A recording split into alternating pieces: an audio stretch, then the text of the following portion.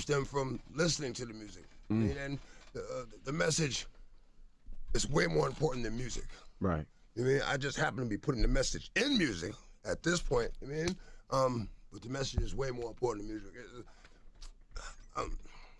Whenever I went through something, it brought me closer to God. And I stayed into something. So now I'm closer to God. But being closer is hard.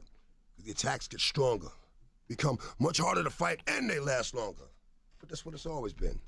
Joy with the pain, dark with the light, sun with the rain. But with the right perspective, there can be something to gain. Look for the good and the bad, not the sun when it rains. You know what I mean? Right. All right. In every situation, you can get something good out of it if you're strong enough emotionally to look past the fact that you do have the right to be hurt. But you know what? Let me put my hurt aside for a minute and see what I can get from this situation. Now, what you motivating so many people? All right. Ladies and gentlemen, what's going on? What's going on?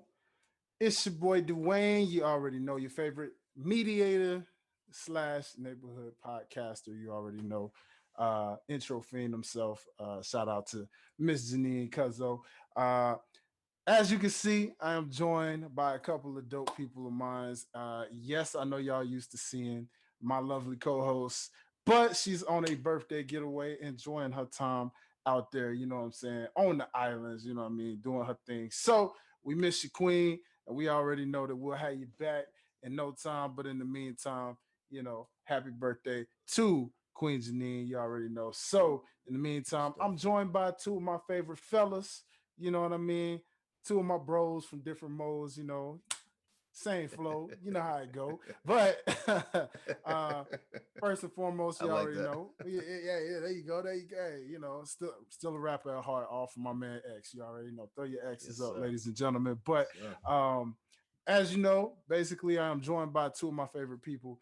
Got my boy over here to my left, my man. You already know him as the hardest working man in show business. You already know him. We call him Clyde, baby, right here on this time with his Jamaican name. You already know. Ladies and gentlemen, welcome none other than Mr. Derrick Myers. What's up, sir? Sir, what's up? What's going on? What's going on with y'all?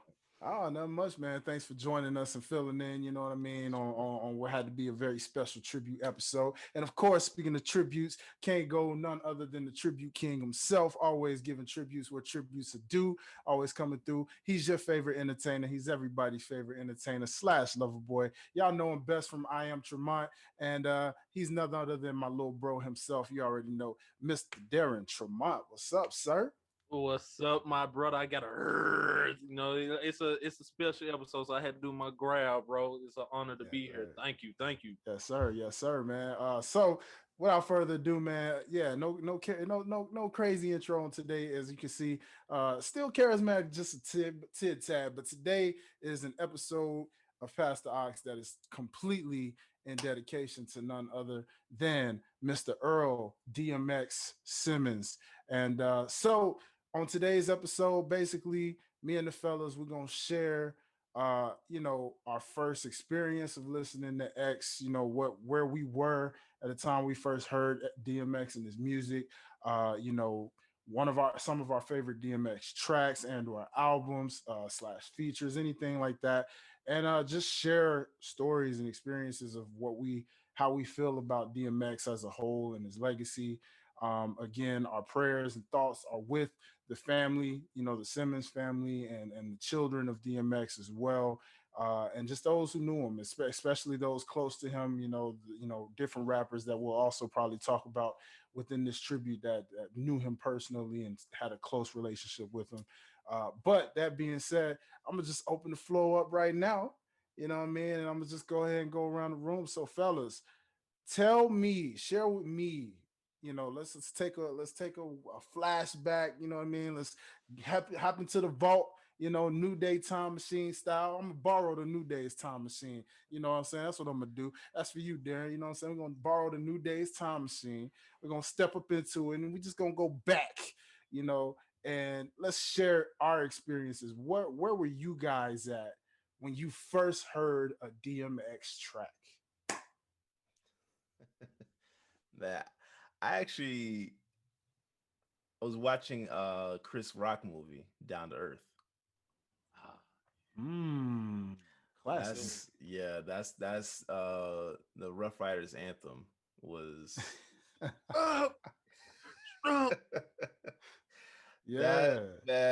that movie was is what actually introduced me to DMX. Because of course growing up in church, not really listening to a lot of hip hop, Yeah. but that movie introduced me to him, and I loved his voice. I like his voice was just like different, so that's what drew me to DMX. And then actually I really didn't really get onto his music after that. I followed him with his movie career first, then with his music. So Cradle to the Grave, um, Mhm. Belly, um, what was the other one? Romeo Must Die. Wasn't he in that one? Yep, Romeo Must yeah, Die. Aaliyah. Hmm. Yeah, yeah. So He was those in Exit Wounds too. exit wounds, yeah, yeah. Mhm. So those that's how I actually followed DMX through that, through his music, and then more so with his interviews than anything else at that point. Especially getting through high school and college. I'd listen to a lot. Like I would play a lot of his interviews and stuff as well. But yeah, man, that's how I got introduced to him though. Down to earth. Love it. Love it.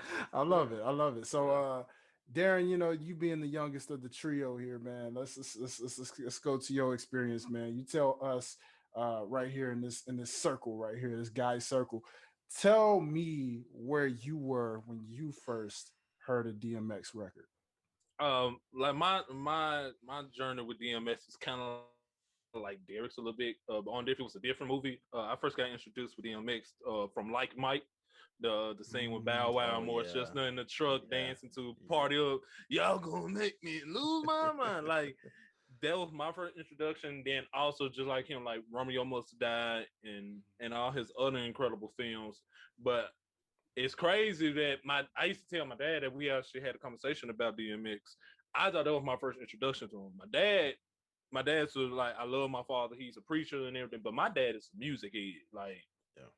60s, 70s, 80s, 90s, any genre. But hip hop, his mind for hip hop is so incredible. So when he was telling me, no, you've been listening to DMX because of me, I'm like, huh? And he would start naming songs, Rough Riders Anthem, What These Bitches Want, Yeah. all those different songs. I'm like, Yeah. damn, my dad really is. So I really give it to like Mike, but also most of my dad for putting me on. My dad put me on a lot of music, but to go back to DMX, it was my pops. And I just remember when I first heard What These Bitches Want. Like when he played it over for me and just how Yeah. Cisco's smooth vocals came in, and it was Brenda, Ladisha, Linda, Felicia, Dawn, LaShawn, Arnez, it was just dope. Mhm. They're like, because he's the only guy. Come on, like if anybody else say these many women name, it was like, oh okay, DMX. He just had that. Yeah. And another thing about him is his voice. It was so rough and raggy. It Yeah. catch your attention. And It's distinct. yeah, and what really made me say start following him too, as anyone who probably listened to Dwayne's other podcast, Life's a Botch, and me, Aya Tremont, we both are huge wrestling fans. I'm a huge wrestling fan.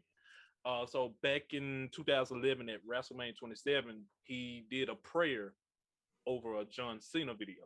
And so, and that video I still listen to and hype me up before I get in my own worship service or before I do anything, because DMX, he was just that guy. His like Derek said, his voice is so unique. It just pulls you in. You know what I mean? So, but yeah, to go back to the question, I'm sorry digressing, but yeah, like Mike and my father. I love it. I love it, bro. Well, I'm gonna take you guys on the journey, man, and say my first experience here at X was actually a quite the funny one, actually, because back when I used to, to those who know, my pops was in and out of my life a lot of times, but there was spurts where he was kind of in my life a little bit here and there. Me, my brother, and my sister, we used to go visit him kind of like in the summer. So like this is when he stayed in this apartment. He was still a bachelor, so it was kind of like go to work, do what he do. But going, being in York, Pennsylvania, and Derrick, I mean, you've been up there, so you know how the city is. It's a small Mhm. town city, but it's a it's a northern atmosphere, right? Yeah, So being we up love it north, up there. yeah, being up north in this small town city, and in the summer at that, so a summer up north where it was hot, not quite as hot as the South, but still hot Yeah. relatively. There was this record, back when record stores were still a thing and people owned record stores. Hmm. Uh, we knew a guy who stayed around the corner of that block of the apartment that my dad lived in. Hmm. Me and my brother being such music heads, we met, dad took us over there to that record store, and the record owner, his name was Mr. Robinson. And Mr. Robinson was this real cool cat, he looked like he was out of the 70s. He had the fro with those little glasses, you know what I mean? Like had that retro swag about him in the 90s where you could tell it was like, okay, you from an old generation. But he had tons of music. I mean, you walk into that record store, and I mean, you saw everybody who was hot at the time. Lil Kim, Cash Money, Diddy and them, Kurt Franklin, and all of just everybody who was just really popping in that 90s light at that time. You saw their music, you saw their album covers and everything like in the little display cases. So he was like half record store. But then there was another part of his record store that was actually, dare I say, this was a period where a thing called bootlegging was in store. And this was a thing where you could Oh, make burnt CDs. yeah, yeah. And at that time, this is when the mix CD era where you could take tracks and put them on a CD, whatever you wanted. But it Right, was so right. new, you didn't know how to do it. They knew Oh, how to do yeah, it. yeah. So it was one of those things where all you did, they gave you a list. So I remember Mr. Robinson would give us a list, and you just pick songs or you just names. Matter of fact, the computer, you could actually go on the computer and there was the list, and you just chose the songs that you wanted to be on this CD. He would tell you the limit. You choose whatever song. You could just go with the most top random hits, choose the songs that you wanted, and then they would be on this CD. And again, being a kid, being like a 7, 8 year old kid, not really knowing how this was done for real, Hmm. it was just so exciting to see, like, oh, I want that song because I like that song. I like Yeah. this song, I like that song, I like this song. So my first experience with X was the fact that I didn't really know X, but my Hmm. brother did. Because Hmm. my brother is, he was in his teens, so he knew. And he I basically was playing copycat like most little brothers do, Oh, yeah. So I knew songs that I knew that I liked, but mostly whatever my brother picked, chances are I was picking because I Right. was like, oh, I want what my brother got. Yeah. So little did I know, there's this song called "What's My Name." Oh, yeah. There's this song called "Party Up," and they were the clean versions because the whole CD was clean because you know, dad told Mr. Robinson, hey, nope, they only get the clean version because I don't need their mamas coming at me because I'm letting them hear dirty versions of this and that. So Hmm. we only got the clean version. So for me, I always enjoyed the fact that when I was listening to What's My Name, that was the very first DMX song I ever learned word for word. Hey, yo, what's my name? DMX, and I'll be the best. You see the rest. They look at like they need a rest. One more time. Just like playing back and forth, right? But it's the edited version. So I'm sitting there, I'm even rapping in the edited version. You know what I Yeah. mean? I'm rapping with you know what I mean? Like Yeah. every little edited sound bite, because he by far is the greatest rapper to ever have edited tracks. I'm sorry. Hmm. No rap song ever had the greatest edited version. Even the edited versions were dope because you just Yeah. had sound effects. Yeah. So what's my name back because of that CD record store and being able to make those mixed CDs at that time when again that wasn't really a thing to do yet. That wasn't really something everybody could do. Hmm. So to get my own custom made CD full of Hmm. all of these songs that I just chose because my brother chose them, and then I'm listening to them left and right. It was just so cool to hear DMX, and then from there, man, I just remember just anything he came out with, I was always rocking with it, vibing with it, and I just really started knowing about DMX from that point on, man. And then it just catapulted. My love for DMX catapulted from there off top. So Yeah. What's My Name and me definitely have like a personal tie because of the fact that was the very first song of his I ever heard, and it stuck with me. Is that your favorite DMX song? We gonna get into that. We gonna get it. We gonna get into that. We gonna get into that because there's a lot. I mean, I'm an X fan. He is personally my top 5. Yeah. In my top 5 of all time favorite rappers. Yeah. And it's not a recent thing for me. I've always given X his flowers, and he's always been one of my top favorite influential all-time rappers because of his energy, because of it's from the heart. So anyone personally, if you listen to my music, whether I'm bringing energy like him or not, that's a different story because I'm in my own. I'm a mixture of everybody along with being myself. Yeah. But in terms of speaking from the heart, that comes from X for me. You know, when I speak from the heart in anything I do, a lot of times that comes from X. And so, he's top 5 influence for me. But we're gonna get into that. That's a good transition, Derrick. I like the way you did that, sir. I like the way you did that. So let's go ahead. Let's get into this. We got our introductions on how we got into DMX, not DX. Sorry, wrong stable, but still, it's cool. You know what I'm saying? Shout out to DX anyway. But DMX, you know what I mean? DMX. Now that we kind of, told our stories personally, how we got introduced to the phenomenon known as DMX. Let's go into it and talk about some of our personal favorite records from DMX. And if you want to even say album, you can go to album route as well. But let's talk about that. Let's open the floor to that. And I want to ask you, gentlemen, what's a song of DMX or songs? Because like I said, I know he's had a lot of songs over the years, but what's some songs that you guys personally resonate with when it comes to DMX? What these bitches want from a nigga? What these bitches want from a nigga?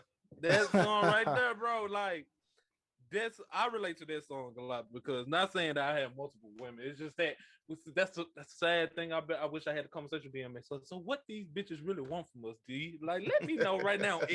But I like that song because it was so smooth. You know what I mean? It was just like the brother was so cold with just like I gotta bring these lyrics up because that song right there, it hyped me as a little kid. I didn't know what I was talking about. It was Brenda, but like as an adult now, it's like, hell yeah, what these bitches want from a nigga? Like, what do you really want from me? And I just remember it's just the beat. The first thing about a song before I started listening to the lyrics is the beat. Yeah. So I play the song through and vibe through the beat, and that was a nice little beat. So whoever produced it, if you're listening, I gotta give you that. And then throwing Cisco on there, to me, Cisco, when he's featured on other people's songs, it's just dope to me. If y'all get what I'm saying, it's just like it's not to take away from his accolades from Drew Hill, but it just brings a different vibe. You know what I'm saying when you hear him on somebody else's song. And so him and DMX, because DMX got that swag, that just I still can't get over that, bro.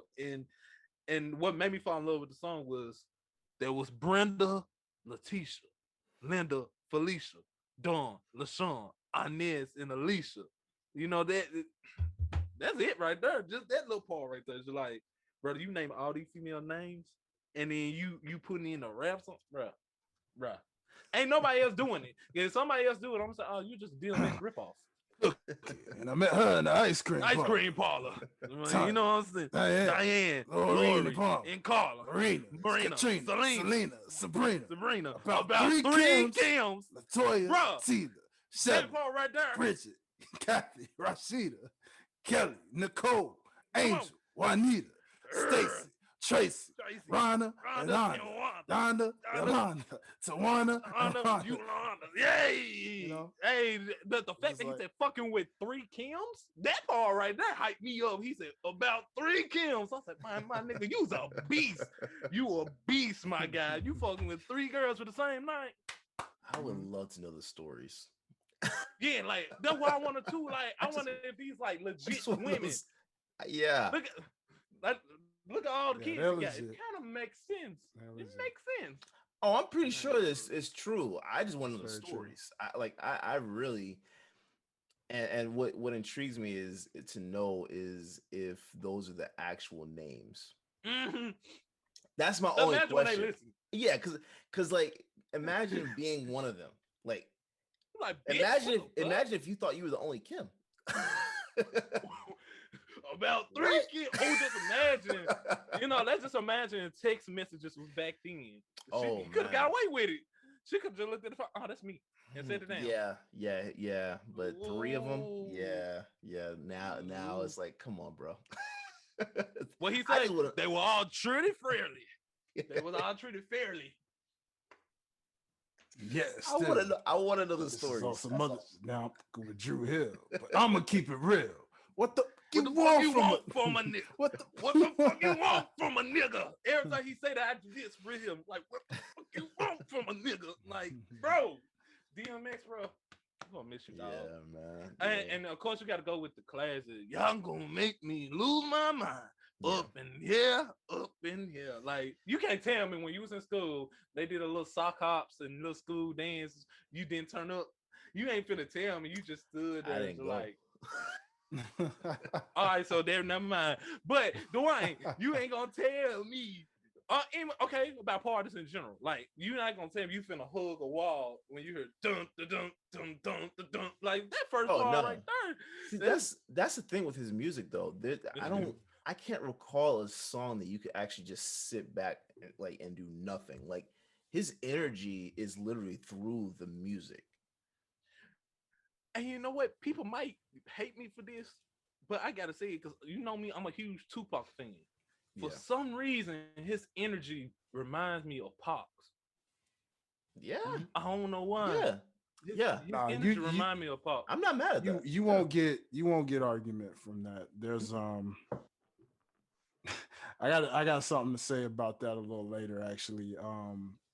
In terms of I'm glad you brought that up, but I got something to say about that a little later with some other things. But yeah, no, I'm not mad at that statement. I don't think anybody else would argue because part of the reason why a lot of people say they love Pac, granted, personally to me, I need to know a definition of what a lyricist is because Tupac to me is a lyricist. I don't know why they say he's not. A lot of people say, oh yeah, he's got emotion, emotion. And again, people try to say that about DMX too. Not a lyricist or something. I think people tried to say that about him in the past, and I'm like, the man's a battle rapper. Came up battling in the streets before he got up to the mainstream. Yeah. Why you didn't hear? Keep in mind, but we'll get into that too. We'll actually get into that too. But not to stare too far out. That's a little something we'll get into. But to signify, both these guys signify exactly what people say they love them for is their emotion, right? Yeah, so just real too. Like you got unfiltered.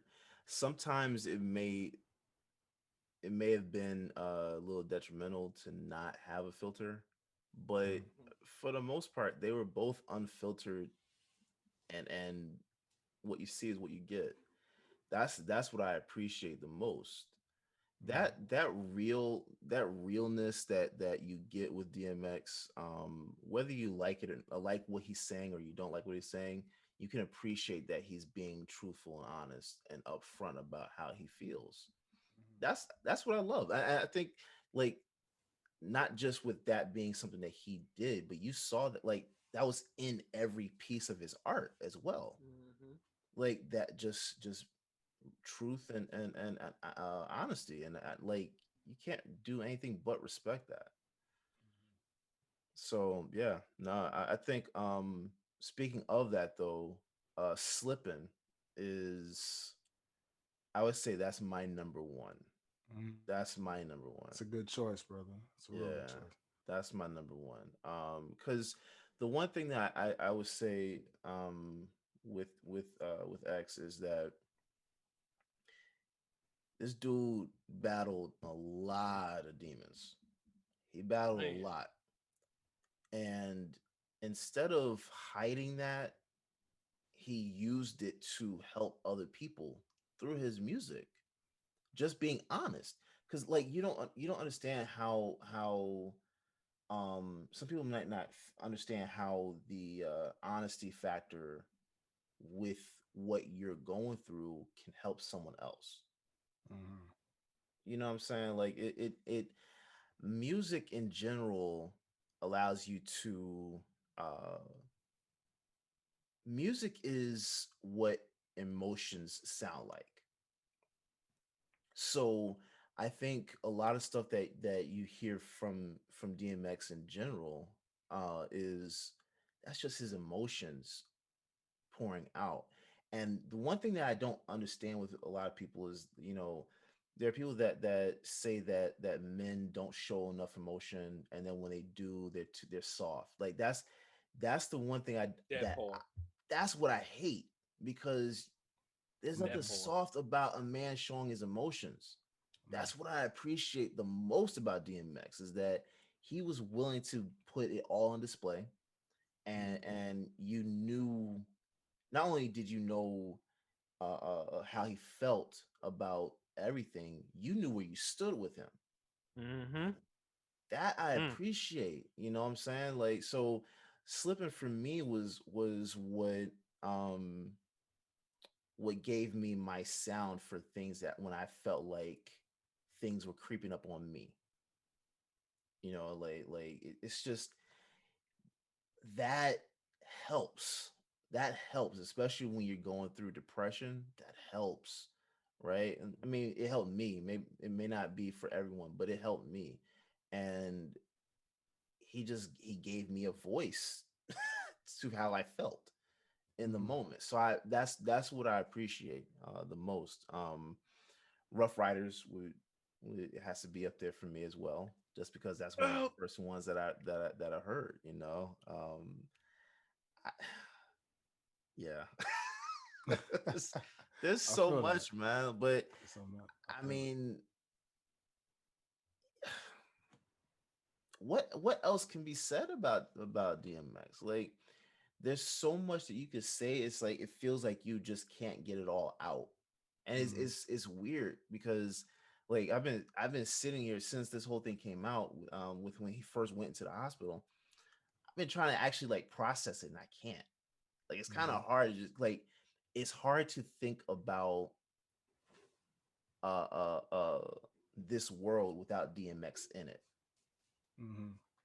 And technically, because of his work, because of his honesty with in interviews and everything like that, he's technically still here. Like, Mhm. he's not gone. But Yeah. to know that he's physically gone is just weird. It's Yeah. weird. And like, I was thinking about it last night. Um like when you're young, um you feel this incredible sense of immortality, and I think that's part of what you saw with his music as well, just that feeling of immortality, right? But Mhm. like, I can honestly say, in the last 5, maybe 7 years, that's when I actually started to realize my own mortality. Yes. And when you think about it and you realize, oh yeah, like, this this is going to end at some point. It's like you've got to be you've got to live your life to the fullest, Mhm. and give all you have. DMX did that. Like, he emptied the tank. Like, we didn't have him as long as we wanted to, but at 50 years old, for someone that came from what he came from, come on, man. Like, that's quite an accomplishment. I It mean, I, is. I really hate that he's gone, but just to think about all that he accomplished, the amount of people, the amount of lives that he has actually touched in that short span of time, that's incredible. That's Yeah, it is. monumental. So yeah, I It mean, it I don't know that I can actually give a full list of songs because it's like, It's tough. It's tough It's real hard. Like because he I has a agree with lot. you. yeah, I I agree with you, D, because as for me being a younger person, like just to hear what you just said about how they said it's weak for a man to express their feelings.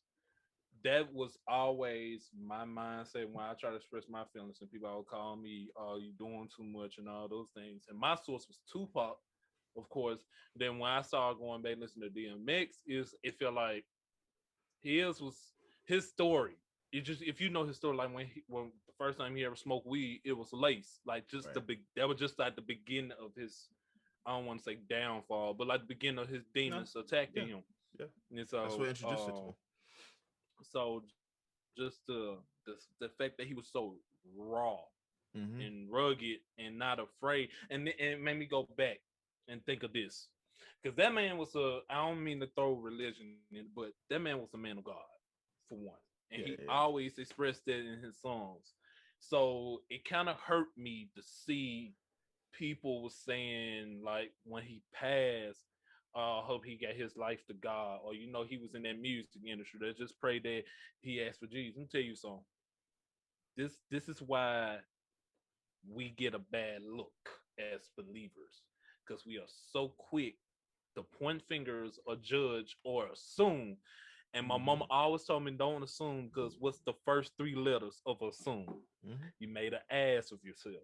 Mm-hmm. This brother, if you go back and just type in DMX, I bet you type in DMXP prayer come up and you see this brother was real raw and rugged about his religion, Mm-hmm. and he wasn't afraid. He was human. Yeah. Everybody got their own demons. Everybody struggle. But the way that brother pray and that brother preach, it gave me feelings that a pastor or legit preacher could never give me. Because Yeah. Yeah. like Because you feel I like watch, you can run through a wall after you listen to him yes, speak. yes, You feel like yes. You feel like you you could do feel like you can anything. do. Yeah, yeah. It's I don't see how anyone how you know what the issue is.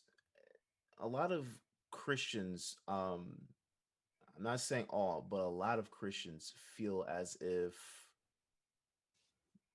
the only way you can be a child of God is if you look like how they do. Lou. Is if how And you if you suffer the way they suffer, or you uh um you get through different things in your life, trials and tribulations, the way they do it.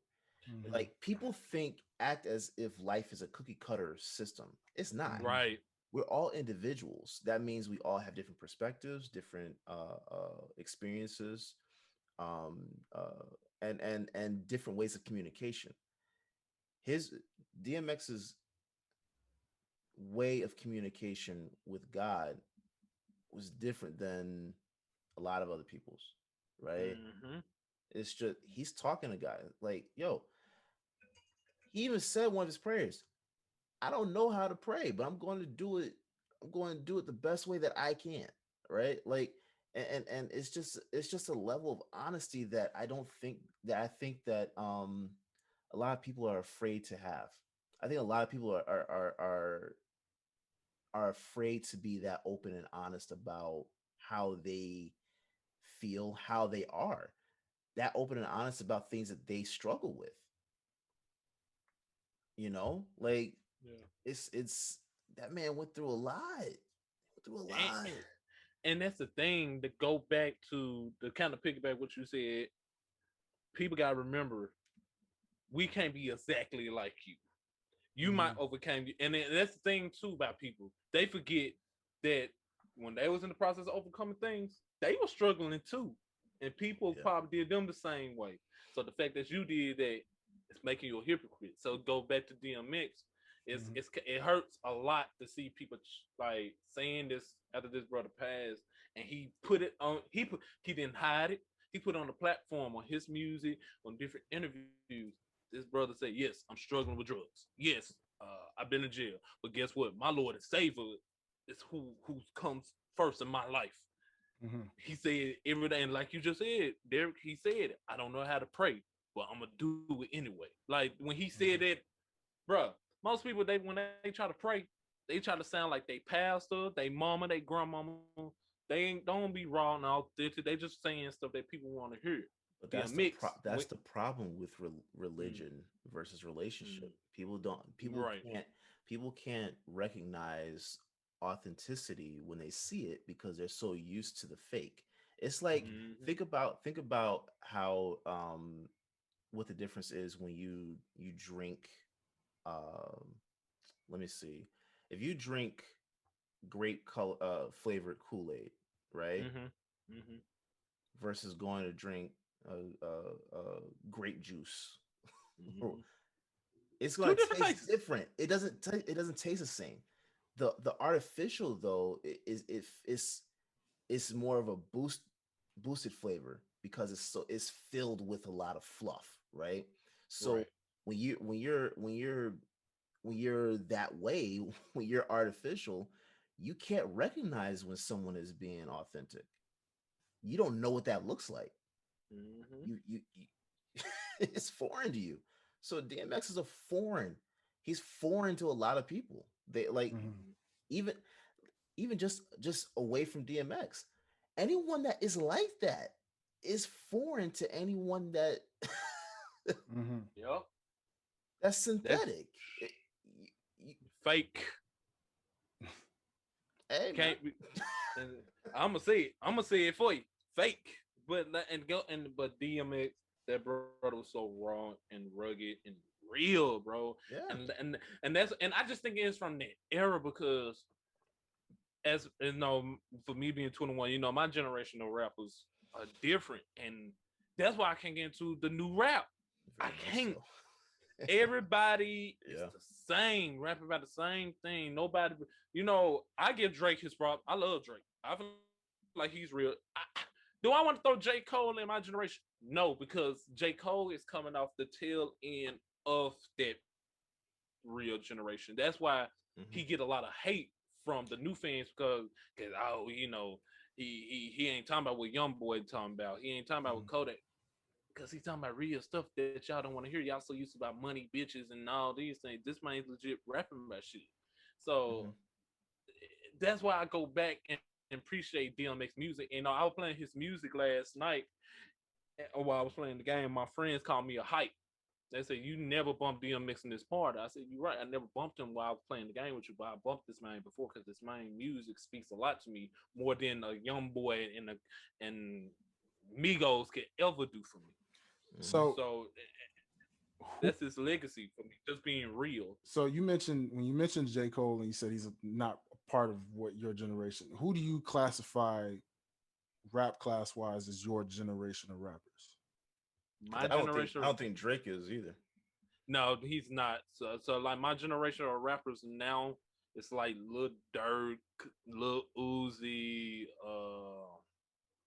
Migos, Mm, Pooh Shiesty, Big 30, all those guys. Those the guys is like how y'all had the DM. No, let's go back like the Earth. Yeah, so we can say that DMX, the 50 Cent, the said J. Cole, Jay-Z. You know how y'all had those era guys?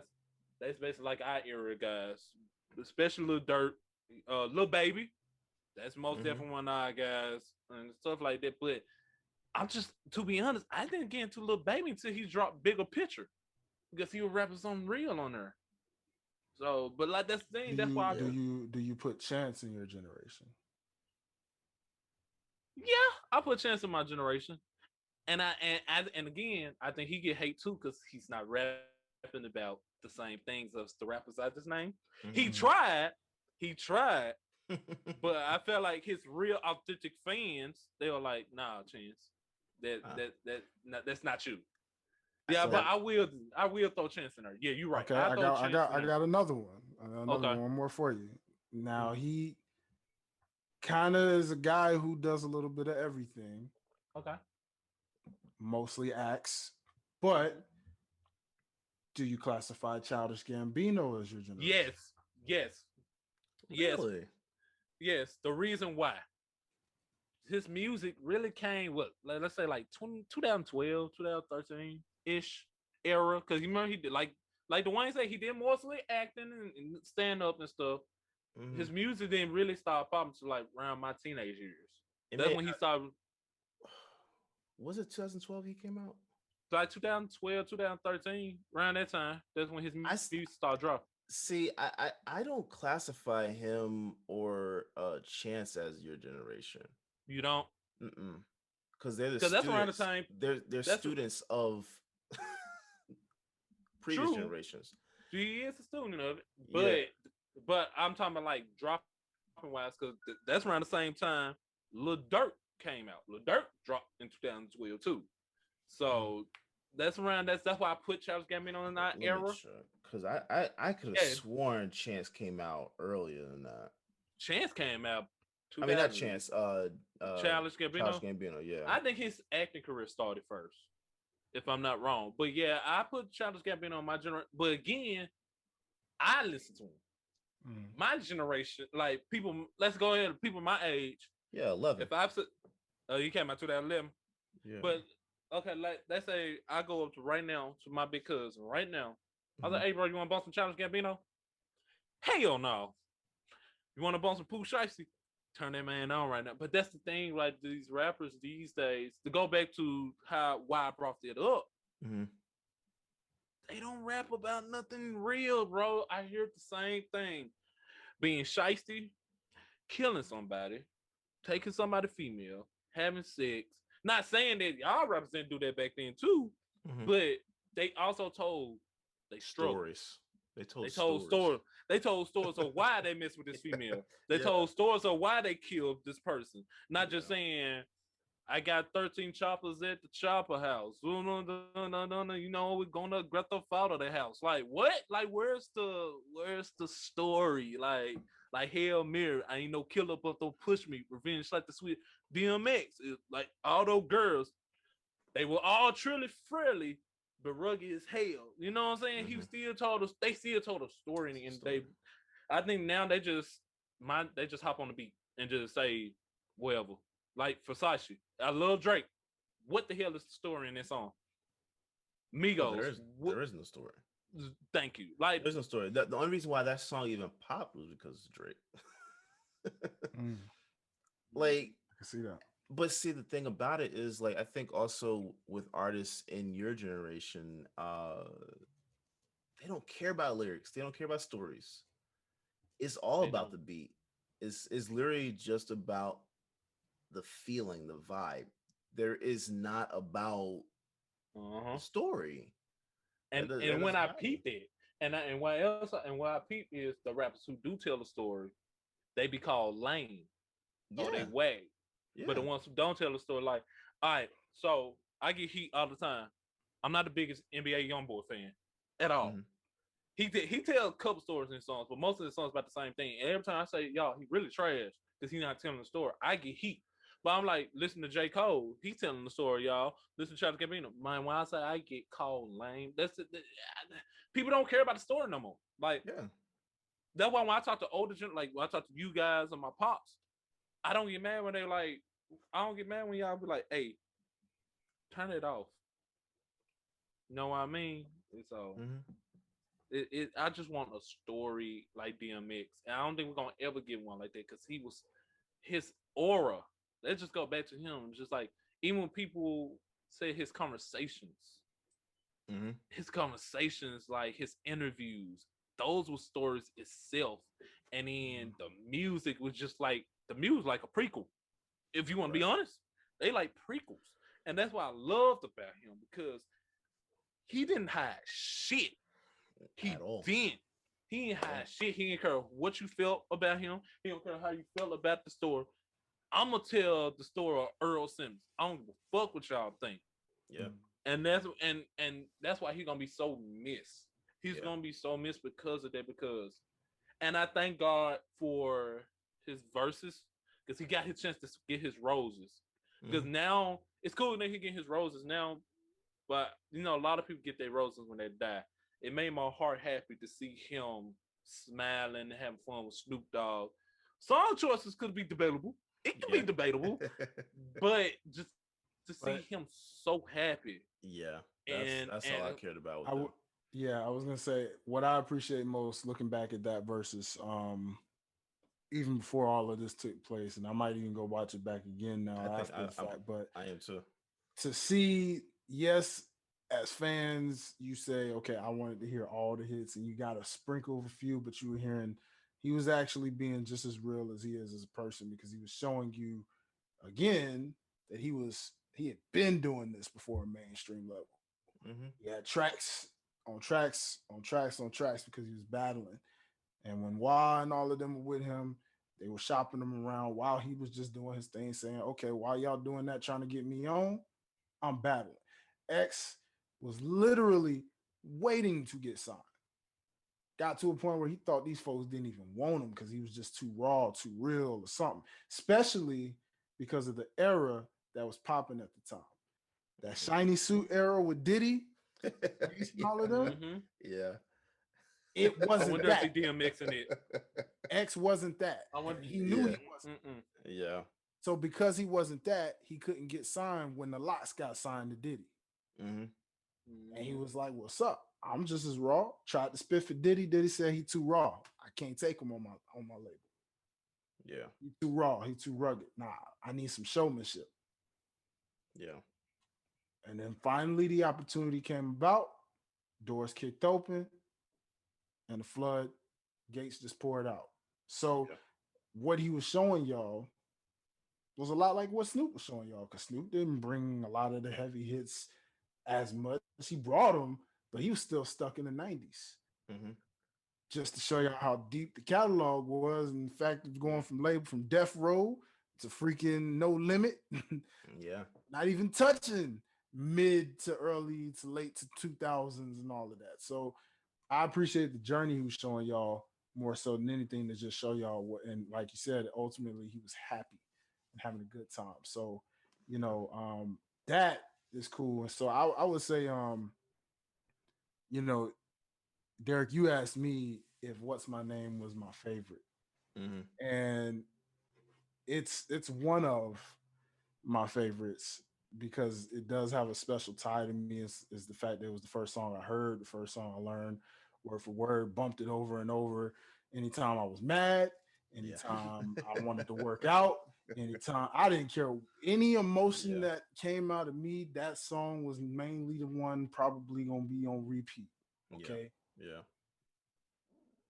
But it wouldn't necessarily be my number one song from him. Actually, my number one is probably a song that a lot of people probably won't go to right away because it was like a sub hit. It wasn't even really it was a hit, but it was like a sub hit. It was probably one of the ones people either sleep on or don't really remember as much. But it's a song that's near and dear to me and more special now because of the fact of how much I personally relate to it.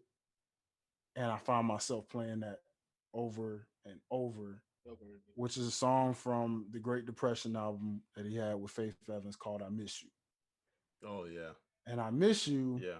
is literally him having a heart to heart to the people about his grandmother and how much he misses her, how tied he was to her, and how much of the fact that that genuine relationship and the fact that the person that he is that we just talked about and his emotion and passion for the Lord, a lot of that came from his grandma. Mm-hmm. And I can relate to that directly because I am the exact same way. Yeah. So I can totally agree when I say that has to be like a number one for me personally on a personal level because of that. But then, when you go into hits, or like the mega ones, the ones that everybody talks about, I guess, What's My Name is definitely in my top 5. But right behind that, I Miss You would definitely be Who We Be. Oh yeah. And I say that because that song has the most tie because that came out right fresh after 9/11 and everything that happened in 9/11. Yes. Yeah. And that was the man. You talking about carrying and uplifting people Yeah. when 9/11 happened and how everybody was feeling so devastated, so sad, so down, trying to pick themselves up. You talk about a man with emotion to drop that, being a person from New York, being the heart of New York like that, to make a song like Who We Be, to have it come out right around that time Mm-hmm. and put all that emotion, and then the beat, the fact Oh that that beat is just going in and he's going in with that beat. Who We Be to me, man, is almost practically untouchable in the significance of what happened when that came out. And then behind that to me is a song that I'm not gonna lie, I did not like this song at first. I really didn't. I don't know why I didn't, but I did not like this song at first. But it eventually grew on me over the years because I really started really feeling the emotion even more behind it. Was Lord Give Me a Sign. Mm. You didn't like that? I didn't. At that point, I thought X was kind of losing it a little bit. Not losing it mentally, losing it like music wise. Lyrically. Because it Yeah, was yeah. like not even lyrically, just music wise, like on the level of hit his peak and was trying to make that comeback at the time. Oh yeah, yeah, And yeah. even though I Yeah. felt the song, I think it was just because of the fact that I think he had a reality show around the time of that song, and I couldn't get into it. Oh, But I go back and listen to that song even before the death. I'm just saying, like, even yeah. before his recent passing, I was going back and listening to that song, and I really sat and I really just listened and I felt it. And I said, you know what? Man, no, this song is undeniable, bro. This You song know, is undeniable. Like, it don't matter if you're Christian or not. yeah, yeah. You know what really excuse me, what really got me with that song is when he was saying he said, I really need to talk to you, Lord. Since the last time we talked, the walk has been hard. Mm-hmm. I kid you not. There's been like, and I was just praying about this the other day. Mm-hmm. There was like, there's been moments of time where I don't, I don't pray traditionally. Pray. I don't. I since I was a kid, I really don't. I have never really like been into that kneel down and like I no. I just kind of talk to God, like just talk to him. I don't do the whole hallowed be yet thy name type thing. But when I have those moments of time of there not being a talk, like I feel like that I like that line actually sticks out to me more so in that song than anything else. It's like since the last time we talked, the walk has been hard. Like there's been a lot of moments where it's been like that for me. And I think that's why uh that song started sticking out to me more over the last few years than when it first came out because I was still in the church when it came out. So I was just like, oh, this is a this is like another Jesus walks type of thing. Like, Yeah, it's it just did give you that vibe. It did. yeah. It did. It was just And an that was before Jesus and walked. that So was really, yeah, but that's the OG. that's what I related it to. I was like, oh, this is something I can listen to from a mainstream artist that isn't, you know, Mhm. um, but it grew to be something more meaningful to me over the years than just a Christian song or whatever. Like that was that was just real as and when you think about it, it happens like that. It can happen like that where it's just like you're just tired. Yeah, Like yeah. Jesus, like I'm just tired. And I agree. At first, when it came out, it was just I was like, oh, okay. But the more I got into it, yeah, this like DMX was just different, bro. It was just Yeah. I honestly think that unfortunately he will be more so appreciated in death than in life. Mm. But I like but I Much hate that. much I like anyone. hate it. It's like a We've lot seen that like with all of the greats though. yeah, Okay. yeah. Let's And be I real. don't like that. I don't Mhm. like that because it feels weird when you show appreciation to someone when they can't even feel it. Mhm. That's why like what Darren's saying, like with the versus battle, yeah, like it was good that he was able to get his flowers at that moment. But and of course, he felt that appreciation and love from fans whenever he would meet them and stuff like that. So I'm not saying he never felt it, but this type of appreciation, I Mhm. think like we should have a moment like this for all of our artists, because artists in general give so much to us. You know what I'm saying? Like artists Mhm. give so much, they pour so much of themselves into their medium that we just consume it. We're just sitting here like, okay, I need the next album, I need the next movie, I need the Yeah. next book, I need this that, and the other. And if it's almost like we're treating the artist as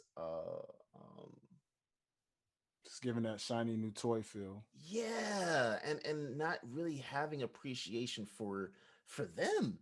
Mhm.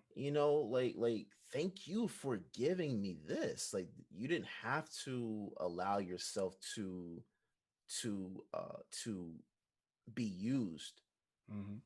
to give this to the world, right? Like Mhm.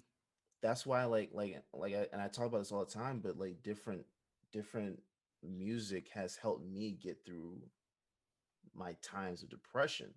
Mhm. And like that's why I talk about those artists as much as I do, because like I likely would not be here had their music not been here. You know what I'm Yeah. saying? And I feel like we should as a collective be able to show this type of appreciation and love for these artists when they're here. Mhm. Not saying that X can't feel this, because like energy is constant. Mhm. That energy never stops. So you will always we can always still feel his energy, and I'm pretty sure he can still feel ours. But it'll be nice if we can just do that while they're here. No, I feel it. I mean, I said that line in a song called "Heartless," Hmm. where I was coming from the heart about a friend of mine's from Memphis who was shot and killed, Hmm. and I said this when it came to mind that you're only appreciated on two occasions: day of your birth, day of your death. So amazing, Mm. Yeah, and yeah. that that hit home for me when that line initially came up because I was just sitting there really thinking, and I think when I came up with that line, we had just lost somebody, and that same thing happened where it was Hmm. that outpour of love, Hmm. and you're like, it's crazy how I was just thinking about the fact that when it's your birthday, everybody wants to show you love. You find out how many people really love and care about you on your birthday, Hmm. and the other day, whatever you do on a day in day out basis, you're kind of just there, Hmm. regardless of your level, regardless if you're someone famous, someone regular. But then the moment you die, which Hmm. again, when I watched my homie, actually it was when my homie was dead, I went on his page. That's where that line got inspired because when I went on his page and I saw how many people showed him love Hmm. that he could not see. Hmm. And then when his birthday came around and I saw the love, miss you, homie, miss you this, happy birthday, big homie, miss you this Hmm. and that. It just reminded me again, when your birthday's here, everybody shows you an outpour of love. You get that appreciation more than anything because there are people will look at it genuinely like it's your birthday. Hmm. We're gonna show you love. Hmm. The moment you And, die, all of a sudden you see this love outpour from Hmm. people that you didn't even know loved you. Even enemies suddenly show you love. and And it's and I real. gotta say something on that because y'all know my mental battle of man just feeling alone, Mm-hmm. and I'm the type of person like God will show you who is meant for your life and who's not meant for your life. But Mm-hmm. I'm the type of person which try to force them and hold on to them, and which caused me to feel lonely and depressed. And to hear you Yeah, say your yeah, yeah. story about your friend, Mhm. it was times where I said, I know I talked about on my podcast, my mental health of me drinking Mm-hmm. and my mindset anytime I drink, or even when I don't drink, when I'm just in that deep depression, I bet people will come around when I'm dead. It was times Mm-hmm. where I wanted to attempt suicide because I Mm-hmm. wanted to feel the love from people. Now with a clear mind, not knowing that that would be fake love. Because why would you love me when I'm dead? And also I'm hurting the people who do really love me, like you Mm-hmm. fellas, like my mom and my sister, stuff Mm-hmm. like that. So that's to go back to DMX. That's why I love his music Mm-hmm. because he saved me from a lot of shit. Him, Pop, J. Cole, Mm-hmm. Michael Jackson, especially Michael. They Mm-hmm. saved me from hurting myself for Mm-hmm. a long time because I just wanted that love. You know what I Mm-hmm. mean? I used to always say, I mean, once I was laying in the bed and said, Lord, if you take my life away so I can feel love, please do it. Used to always think that. And it's crazy how when you die, people, listen, let me tell you something. Love people while they are here. I don't care. You never do anything else I ask you or if anybody else asks you. Love people when you're here because when you love them when they did, like Darren said, the people he can still feel their energy. People can still feel their energy. But it'll be nice to hear I love you too. Mm-hmm. It'll be nice to have that. So love Mm-hmm. people while they're here because when they gone, it's not like you close the cast and they gone and they can come back a week later. Man, it's over. They done. Yeah. It's over for you guys. So Yeah. that's Yeah. man. I hate to go. I hate to. Man, I hate to take it that deep, but it's needed to be known. It's needed, Yeah. Mm-hmm. and it's crazy how we connected to DMX because that's what's the point of his music. He wanted people to Mhm. hear the shit that nobody wanted to hear, Yeah. Mhm. but you needed to hear it. Like when you were saying the song you just said, one song by me from DMX I listen to constantly is "Ain't No Sunshine" by DMX, and it's Mhm. crazy how DMX got so much wrestling connection because it's a professional wrestler named AJ Styles. His Mhm. theme song "Phenomenal" is a sample from that song, Mhm. and when you go back and listen to "Ain't No Sunshine," it kind of relates with what Dwayne just said about his friend. Mm-hmm. Cause DMX said, "Who cut off the lights when you see nobody's coming?" Like the reason I say it connects, it's like somebody died, right? They gone, no longer here. This is my mindset. You know what I'm saying? They gone, no longer here. Turn on that light, you wishing they there. Ain't no sunshine when they gone. You know what I mean? That's just my mindset. I think Mm-hmm. that deep, guys. Please give people their flowers now. Give them their flowers now, y'all. And if you don't believe, listen to the song Derrick just recommended by DMX. Listen Mhm. to the song Dwayne mentioned, "I Miss You." What he was saying, because he was talking about his grandmother in that song, correct? Mhm. If I'm not, Yeah, it was direct ties to his grandmother. Mhm. and the funeral, that's why it was a funeral in the video. So Mhm. this is that song. "Ain't No Sunshine" by DMX. These songs will literally wake you up. Like, hold on, wait a minute. Yeah. Let me go talk to somebody. Let me check up, and that's why I truly believe check on your strong friends. Because when I went through, the people who was actually there for me, they never knew I had that mental battle at all. Bro, that's real because that's something that when I know like a lot of times that I've been depressed. When I'm depressed in general, I don't say anything. No one knows anything. Like my family doesn't really know unless I might say something differently or I might act differently or whatever. Mhm. But for the most part, you like no one really knows like those moments until it's past and then I might mention it, Mhm. right? And it's like you've it, you have to say you have to talk to Got people. to say something. You You just got gotta to say something. talk. You just gotta talk because like I know for me like I lost one of my best friends a few years ago in a car accident, Mhm. and I just took for granted. I mean, dude I think he was like 44 when he passed, but that was my best friend. and I took for granted he was going to be here. So I never said anything to him like I love you or anything like that. Like I don't remember like ever saying that to him. I mean, he knew I loved him. I knew he loved me, but I don't remember We us never said it. I don't remember us ever saying that. Yeah. Yeah. And then like when he passed, I'm like, damn. Like, like it's like you those are the things you wish you can get back just so you can tell someone how much they meant to you.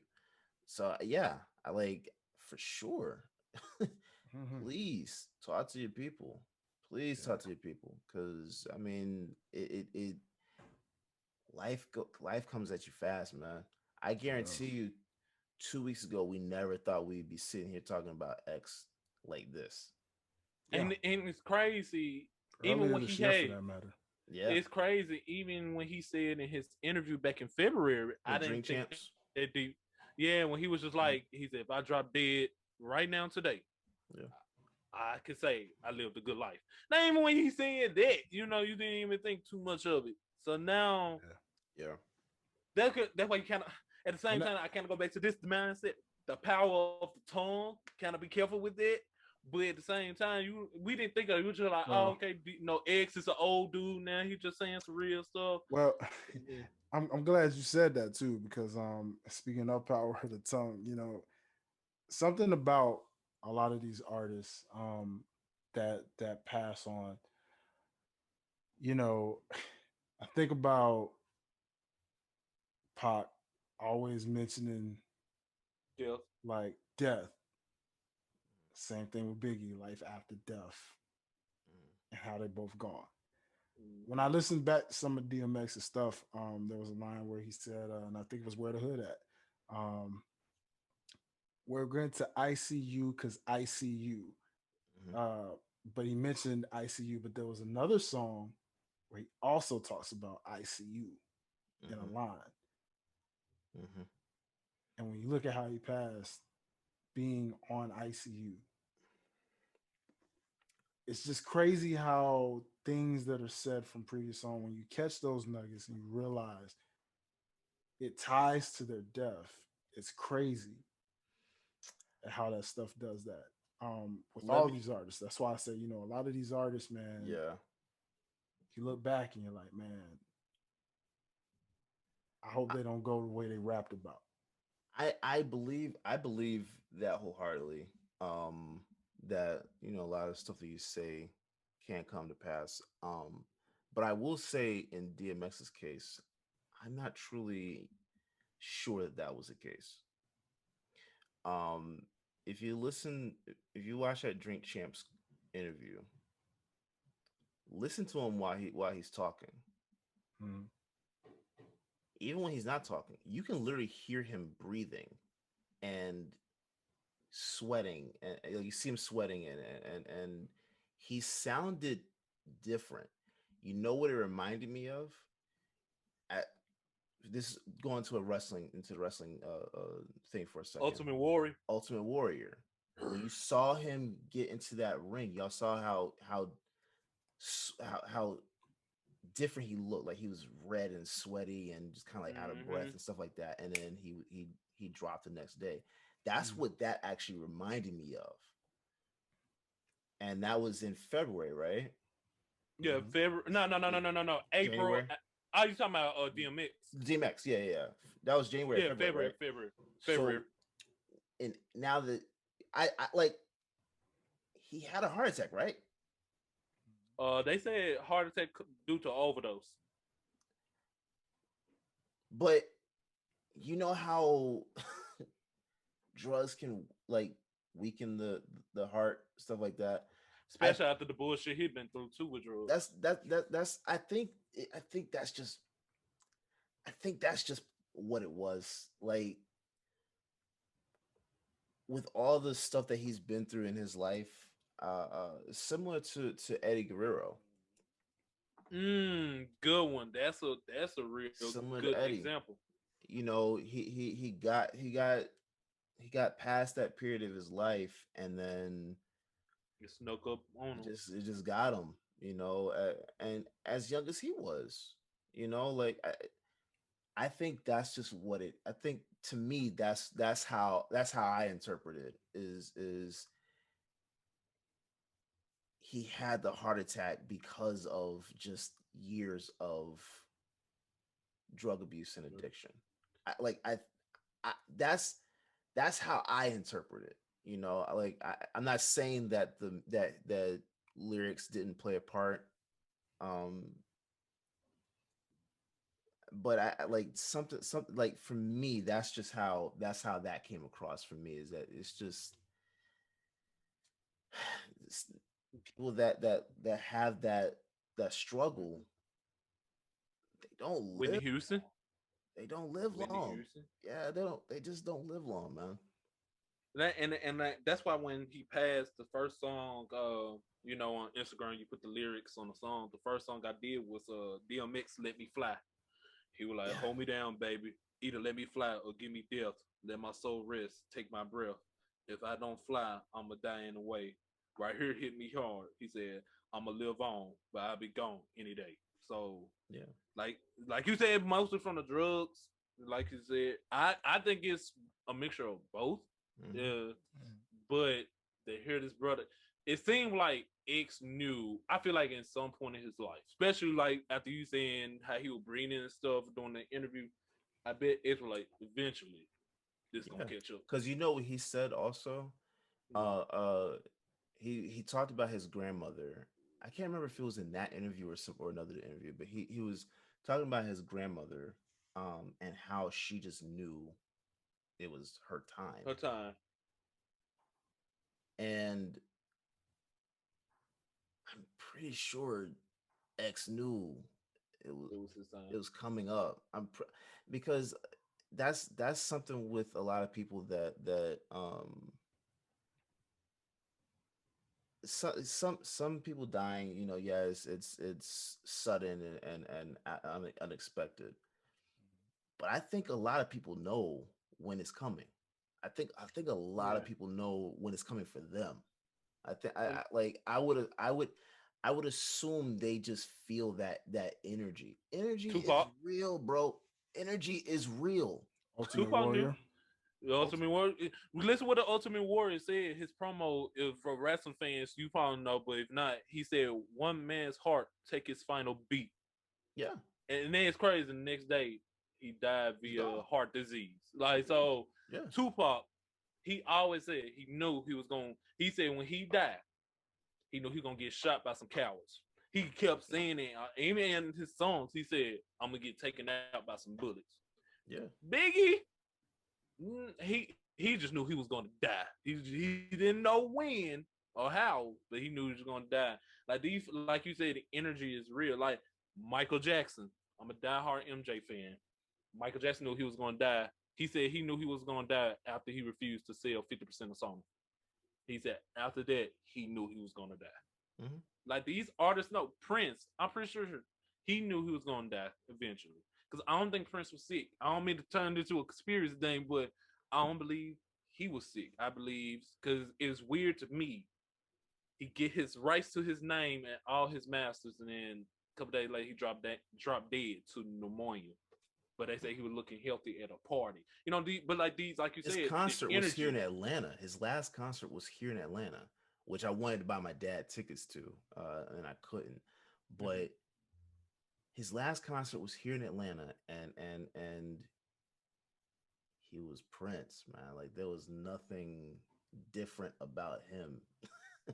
So I think I Energy, I'm bro. I believe that same thing. Like, but mainly it's energy. I think X, you feel. juice. I think you can feel it. Yep. If it's not something that's just like instant, I feel wholeheartedly like is it Kobe. is it a death angel per se? I can't speak to it, but I know that there is some type of energy that you feel when you Cause know they it's said, time. yeah. Cause if you go back, like you said, Kobe, for example, Dwayne, they said the last thing he did that was like he prayed, and they said when he got finished, Kobe just They said he just smiled and hood at one, but they were like when he walked out, it was kind of like the pastor said it was just like a different aura about him. You know what I mean? It seemed, and they were like the week before, all he did, he just wanted. Not saying he always been a family man, but they were saying the week before he passed, he just wanted to do a lot with the Yeah. girls. He just Yeah, wanted I to think do he a took lot. Natalia on like a movie date or something They like yeah, that. he took and Yeah, he took the baby girl out for brunch. yeah, The one who just turned 3 or 4 years old. It's yeah, like they say he just want to do a lot. Then a week later, he just, of course, the tragedy happens. yeah. So, like you said, it's that energy. So thoughts like when my sister passed away, I never forget when my Dwayne. You remember my sister Sharney when she passed away back in 2011. I feel like God kind of gave us a sign because the night before she passed, we had a bad thunderstorm in Memphis where my sister was on hospice. So we were slowly preparing, but we just didn't know when it happened. But my sister had her hospice bed was in the den where we had like a slide glass door. So it was storming bad. The windows were shaking. We took her out. She we took her out and put her in the hallway. It was just an aura. It was just me, her, and my mom, my grandma in the hallway. We were just having a great time. We put her in the room with me and my mom. It was just summer battle. Me, I was like 11 years old going on 12. For some reason, I wanted to sleep next to her. I don't know what it was. I had wanted to sleep next to her. I got next to her, but I couldn't sleep the whole night. And then when I finally went to sleep, I woke up 2 hours later. She was right there dead. So it's like that energy and that aura is real. Mm-hmm. I didn't believe when people say that, but after experience that death and watching these celebrities like you said, DMX, to go back to him, to see it, I truly believe that now. Like you gonna get a feel even with somebody else now. Like you gonna get that feeling. Like I don't want to put that on their life, but I feel like their time coming. Like Yeah, I can agree. I mean, even with my grandmother, I mean, having that Alzheimer's, having Alzheimer's like that, and then eventually being like bedridden like that, like, um, you felt like her passing was coming because I remember people, different people from the church and different people that knew her over the years, would come to her house day after day after day, literally every day. It was always somebody coming over to pray with her, pray for her, talk to her. I remember different members of the family would go in there, just talk to her. Even though I knew she wasn't in a full mind state, there was still a part of her that was still her. Even though, there was part of her that still kind of wasn't because of the Alzheimer's, but still like you could talk to her and you knew. And then it's just like when it was time, you knew like it was time. She even knew and was just like letting people know, like, hey, don't pray for me no more.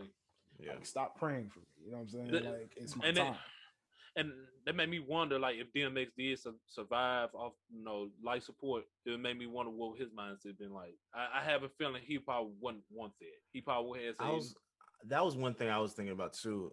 Quality of life. Like, what would have been if he did survive? Like, you go that long without oxygen to the brain. yeah. And if he survived and they tell him all this, man, it was a miracle. You want oxygen brain, we put you on life support for a week. He be like, why? Why you just didn't let me go? Like, I mean, he probably been like asking questions. I feel like DMX the type of guy he wasn't trying to force himself because you heard in his prayers, Lord, if it's your will. He probably like if it wasn't good, he was like, y'all, if it took a week that long, maybe it was in God's will for me to go. He lived a full life. Yeah, he did. Like he said, even, even though he went to jail, even though he had his battles with the law and his demons, X had some great moments.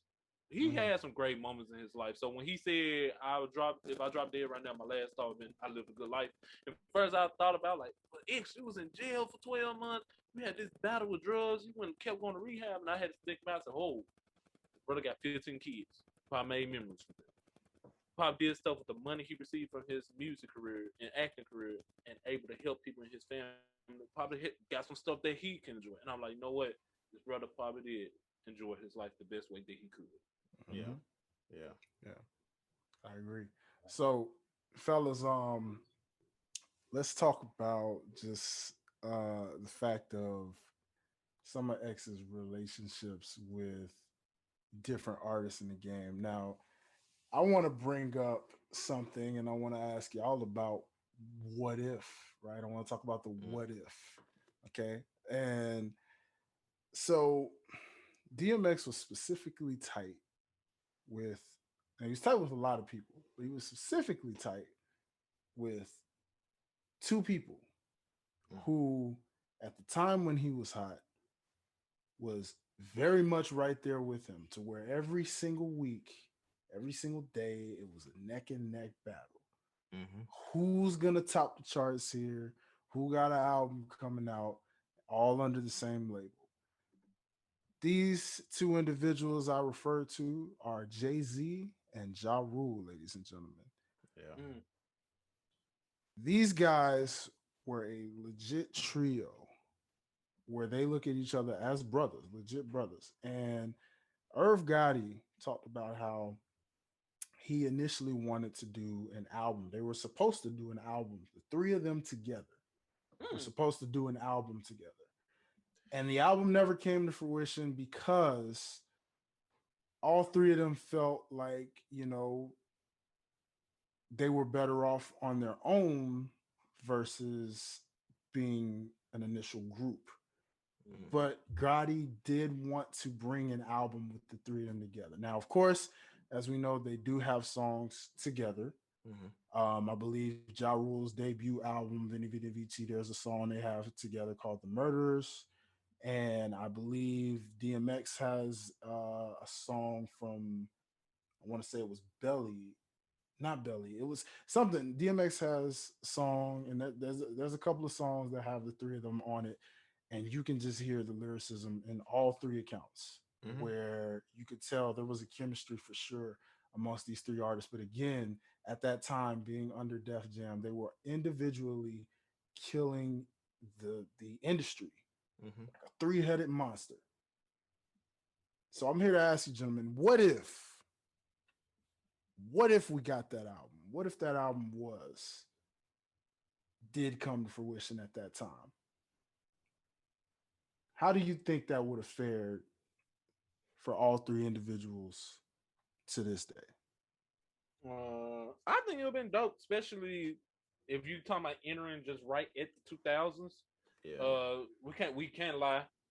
Jay-Z, he was on fire. Ja Rule was on fire, and again DMX was on fire because Jay-Z did a collaboration album with a certain individual that won't be named. that went fucking viral. Like that junk made millions of dollars, especially when they went on tour and everything. So I can only imagine what would happen. Because Ja Rule, if I'm not mistaken, he was making big bank too, especially with his duets with Ashanti and all Jennifer Lopez, all them. Yeah, dude. I think that would have probably put them in a new atmosphere, if that makes sense. You know what I mean? I think rap wise, people gonna like, okay, ain't nobody fucking with that album. Like, it will probably take a long time. Because that was a trio. We talking about like something that wasn't really done like that. That probably been like Tupac, Biggie, and Eazy-E doing a trio album together. So, and that would have been a fucking beast itself. Just talking about it. Yeah. I think they had they made that album, I think they still would have gone on to do their own stuff. But that would have been one of their crown jewels. Oh, I agree. I totally agree. Sure. I totally agree. Yeah, that'd been legit. I agree. It's like Quavo and Travis Scott. Like that album, to me, that jump was dope from like again to my generation of rappers. So again, to go back to just to think about, that's what I'm thinking about. They stardom in the early 2000s. Agreed, they were doing their own things, but I'm telling you, it probably took years to somebody to fucking top that album. That album probably been number one on the billboards, on the hip hop charts for probably a couple years. Yeah, that'd have been number one. And again, number one. And it speaks about the genius of Irv, because he is part of the reason why both Jay-Z and DMX and Ja Rule, honestly, he has a big part in all three of those artists' careers. Because that's what he did for Ashanti too. Yeah, even Ashanti. I mean, Irv Gotti, I don't know if he gets enough respect as much, but he he played a very major role in all three of those artists being who they are Yeah. today and where they are at. You know what I mean? And so it's like, because of that, it just makes you wonder again, had that trio album gone through, and this is at a peak time where again they all three felt like they were good on their own. But I agree, Derek. I think you still could have done your individual Oh, stuff because they just would that have. collab alone would have. I think the only one that probably would have been able to come close in the late 2000s, maybe close to 2010s, would have been Wayne, Drake, and Nicki doing a joint. Yup. I could understand that. Yeah, Well, I could and see know that. what? They kind of did. Young They Money kind of, did. they kind of Yeah. did, but I'm saying As of now. yeah, I'm talking about Oh, yeah. I think I yeah. could see that. that's probably the only one that would have been able to touch that. Don't Yeah. get my, don't I can get see, my. I can see where you come from on that. I I want to could totally cry. see that. I could Yeah, totally see that, and that's why I yeah. said like, and I mean, I guys, if want you that. look it up, seriously, if you look it up, I I want challenge that. everybody. Look, I challenge y'all, man. Just go look up. You know, if you haven't already, go look up the songs that Jay Z, Ja Rule, and DMX did together, and you're gonna hear lyrical fire from start to finish. Hmm. There was a legit chemistry between the three of those men that was untouchable and undeniable. And and they all look at each other as brothers. And even Ja talked about it in an interview. It's an older interview. I think it's only a couple years old. But it's an older interview where Ja literally talks about that. Like, you Mhm. know, it was really dope. And he mentions the fact that again, both of those men are like legit big brothers to him. Him being the younger of the trio, at that time he was still kind of getting his feet wet back then too. So that's the even Hmm. crazier part about had they done that album back then, because it would have been a chance just before Ja Rule got to that catapult point where he was chart topping like they were. It would have been that thing to introduce, like, hey, y'all about already know who these two gentlemen are, and this is introducing this gentleman here. And then again, lyrical fire all over the place, where it just as they peaked and they started doing things on their own, would have just been a whole nother stratosphere, as y'all mentioned. So just Hmm. look that stuff up. But Yeah, yeah. so that's just a little something for y'all, out there to just really think about, man. Just put that what if scenario somewhere in an alternate universe. Imagine those three I think definitely on an album together. if they don't have something in the vault, Which I'm sure they do. which I'm sure they do, I'm sure they do. but if they don't, I'm not rushing it, but I would love to see what that concert's like in heaven. Mm. I would love to when in the next lifetime, whatever that looks like. Mhm. Michael Jackson, DMX, James Brown, Prince, Aaliyah, Whitney Houston. Let me tell you something. I Left side. guarantee, I guarantee the concert that DMX and Aaliyah are putting on right now. Yeah. Yeah. Bernie Mac as the host, since they want Bro, to throw hosts for everything. yeah, Let bro, me tell you something. bro, phenomenal. I hope they do have something locked away that we can you know we can hear, even if it's like a little 5-track thing or something. Yeah. Just Something from way back. Yeah. I yeah, mean, if it's something that they got, I hope Jay-Z works on bringing that out, because that'd be phenomenal to hear. Since, it since would be. Jay Z Jay Z possibly helping people with their estate, can Jay Z possibly help my guy estate, because his estate is bullshitting? Please, but DMX, I want to hear Yeah. some of his like unreleased tracks for sure. Yeah. I want Well, Agreed. he I was want to coming hear. Agreed. out with a new album too. That's another Now, thing. Oh, speaking of that, Yeah. we're gonna. I'm glad you mentioned that. Speaking of albums, now let me ask you, gentlemen, what are your thoughts on Def Jam and this apparent two album thing they dropped with It's DMX? Wait, was it? It was two?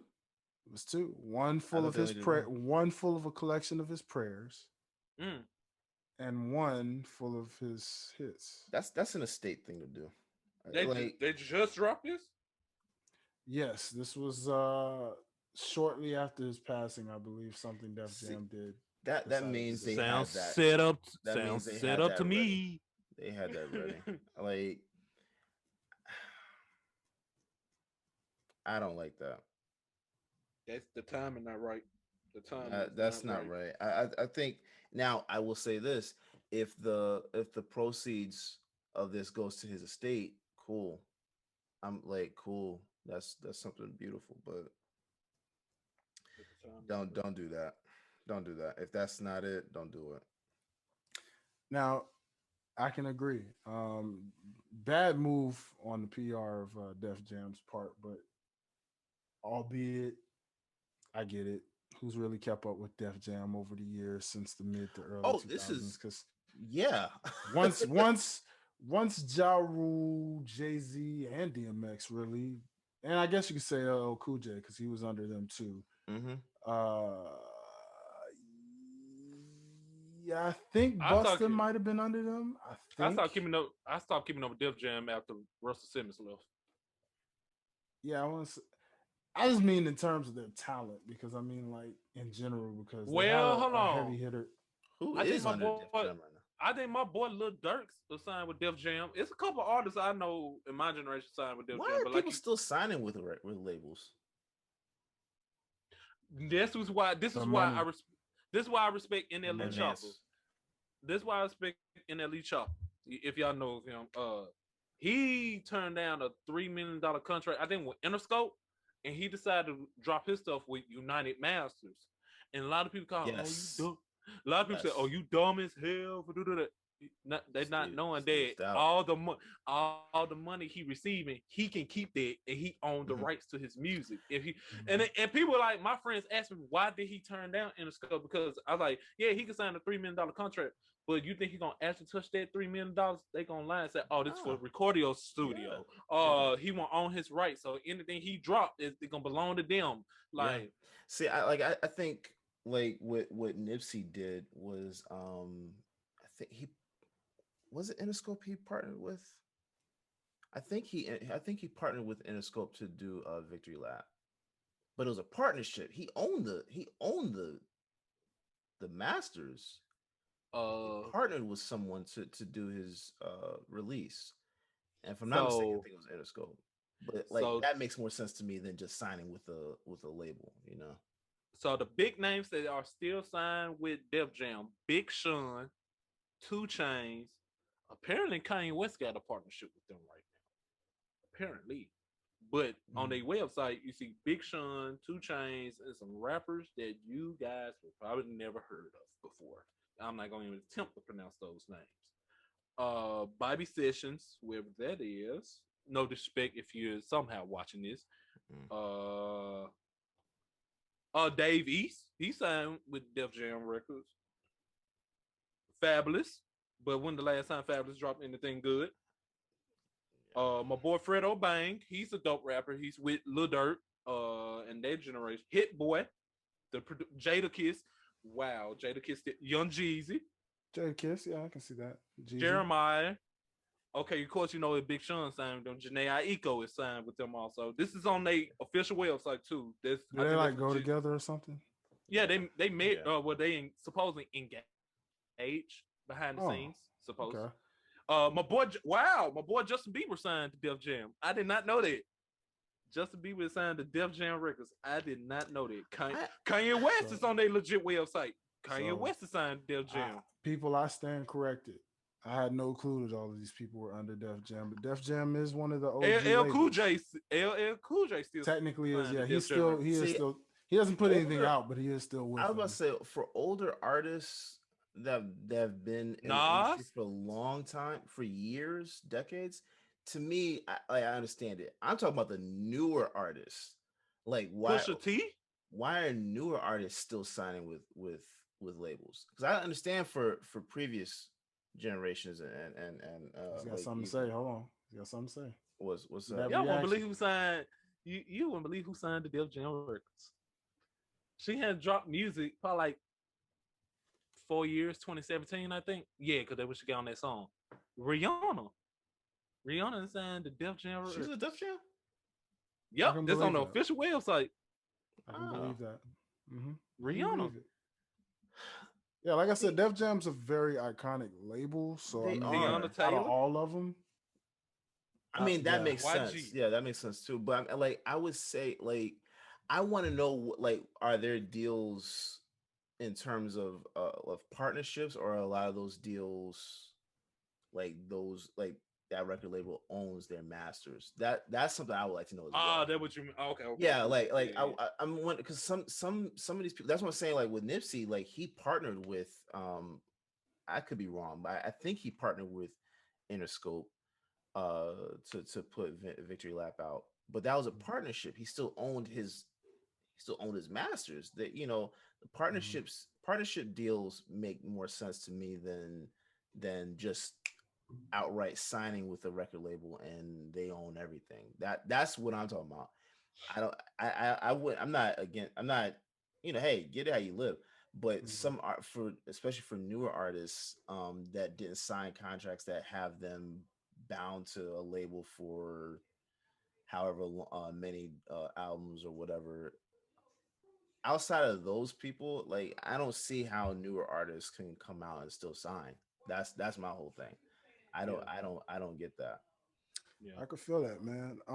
So speaking of newer artists, that's the perfect transition for me to I'm giving you some speak with you guys.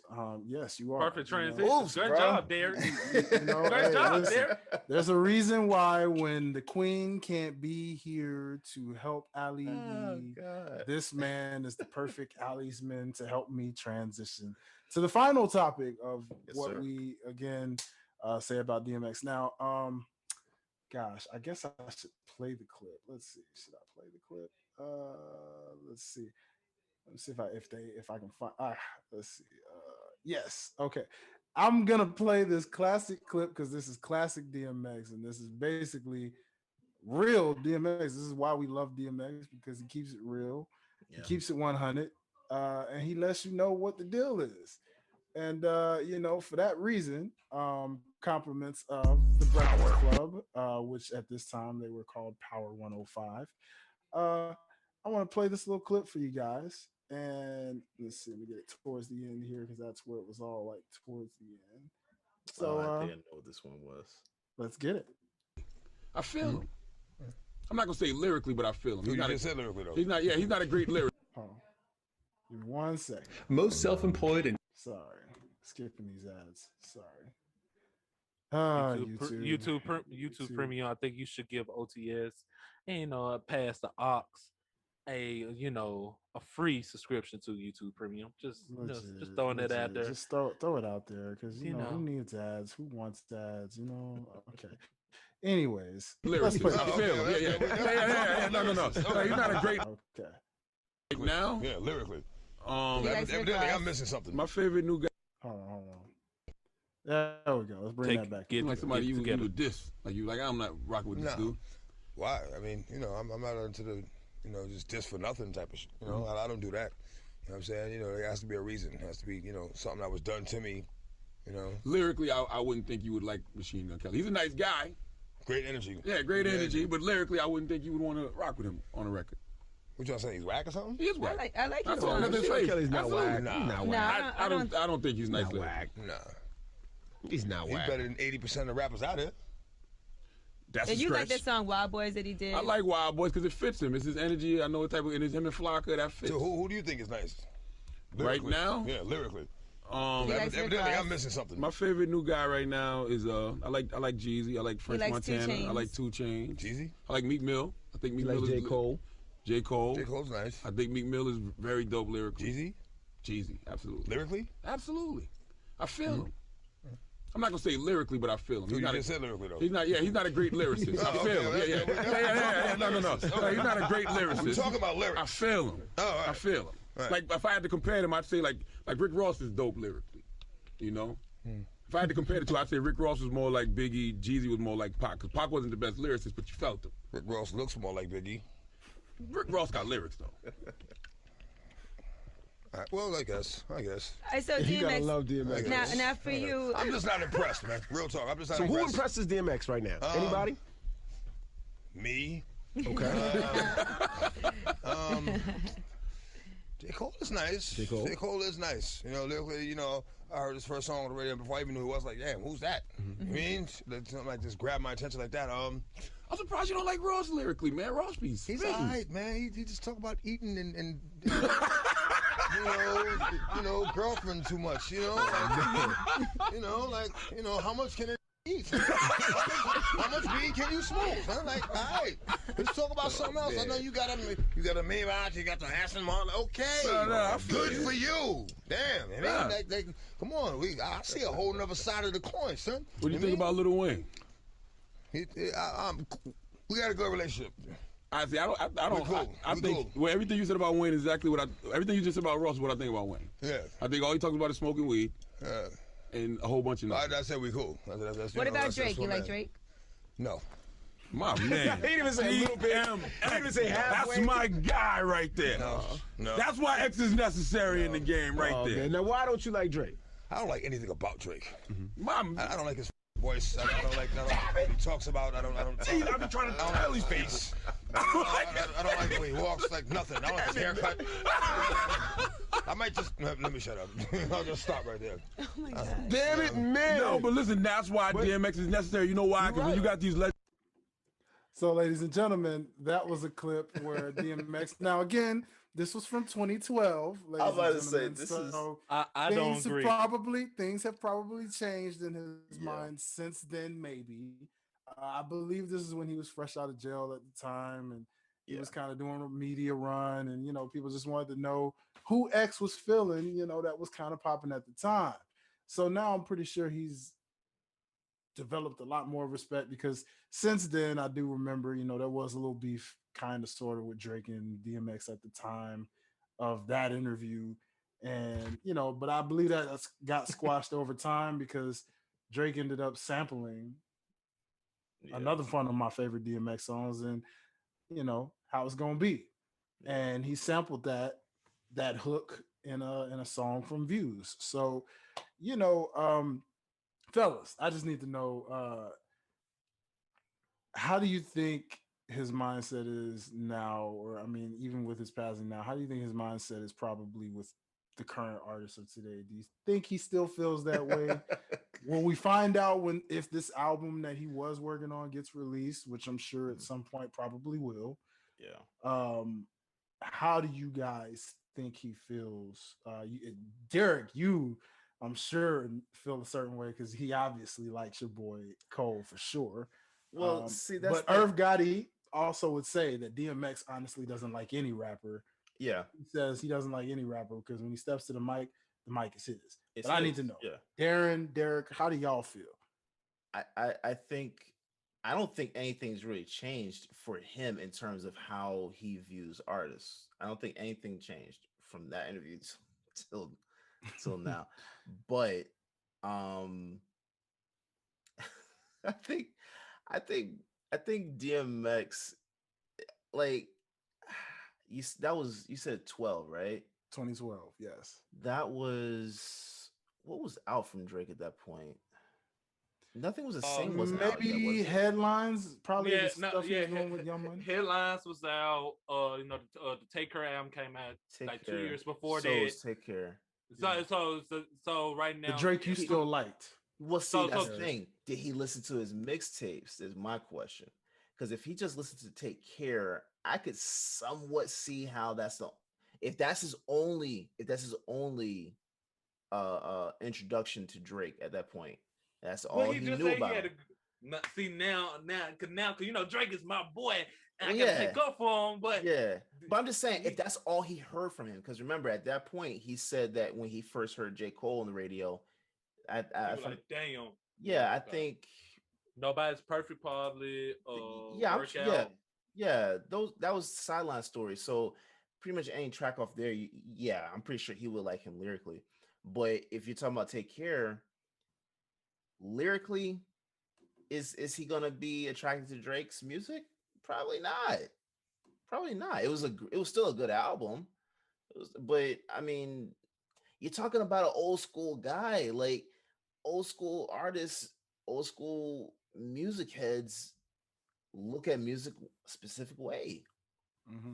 If you and that's been my whole thing with Drake is that he's like 50% rapper, 50% singer.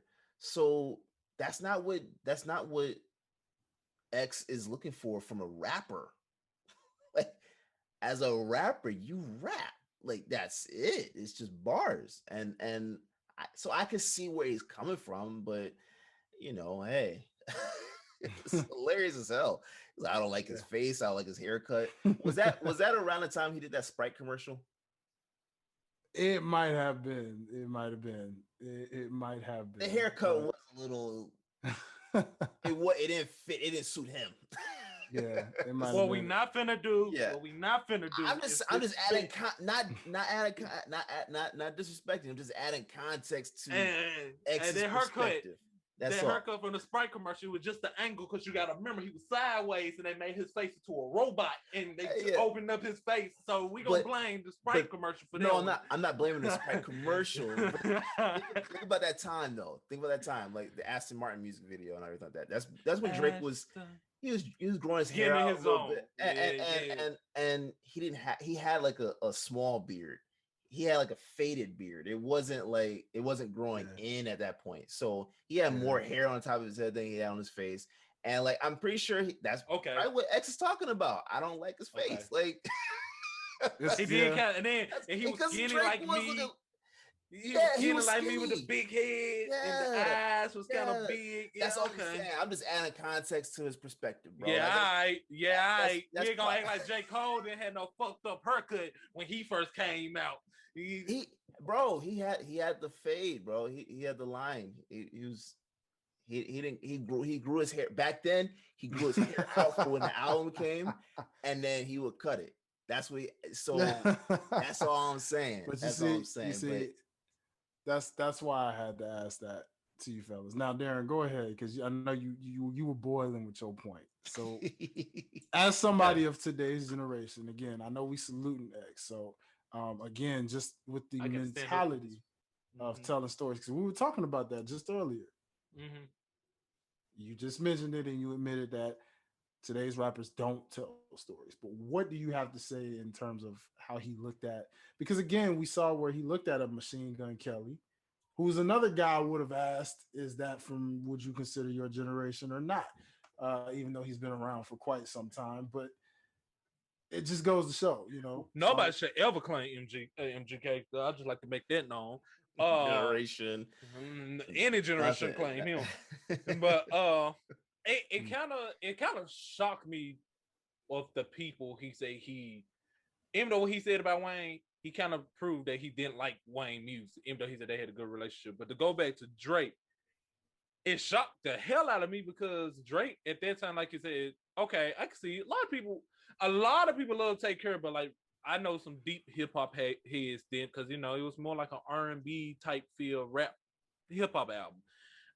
So I get what you were saying there when you said this. Yeah.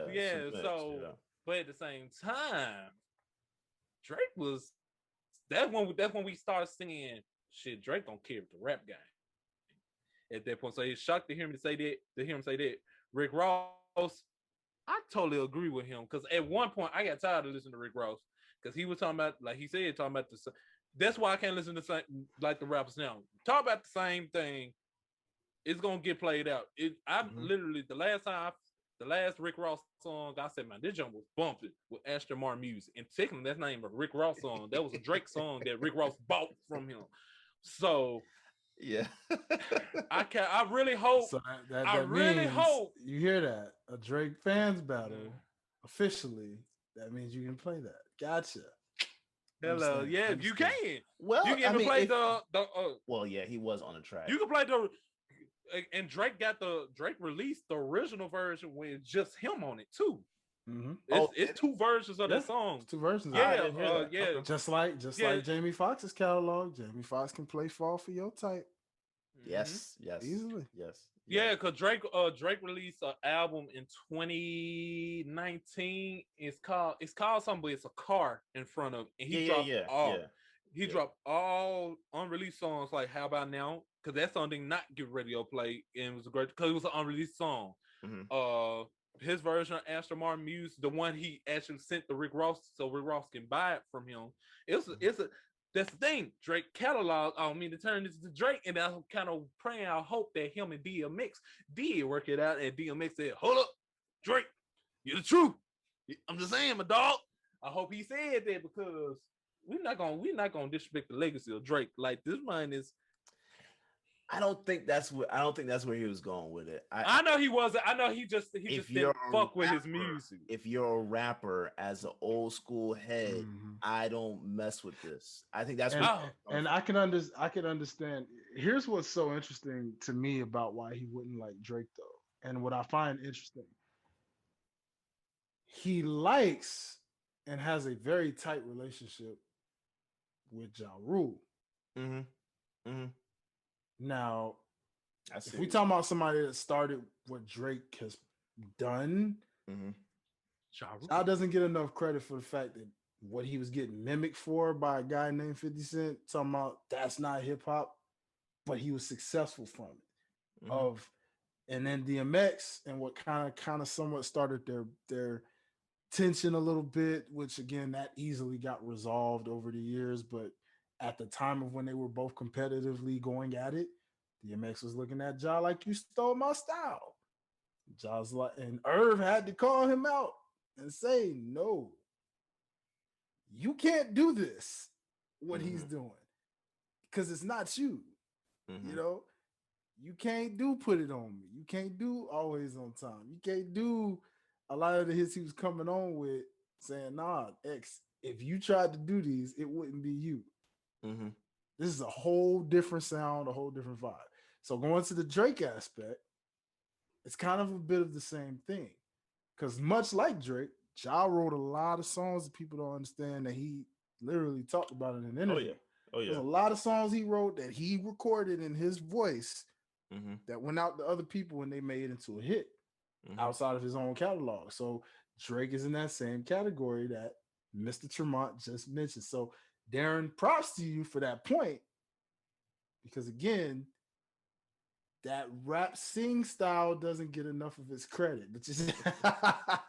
But I feel what you mean, because again, that's why I said it's interesting to me that he said that about Drake, knowing that he's good friends with Ja. So I just want to throw that out there.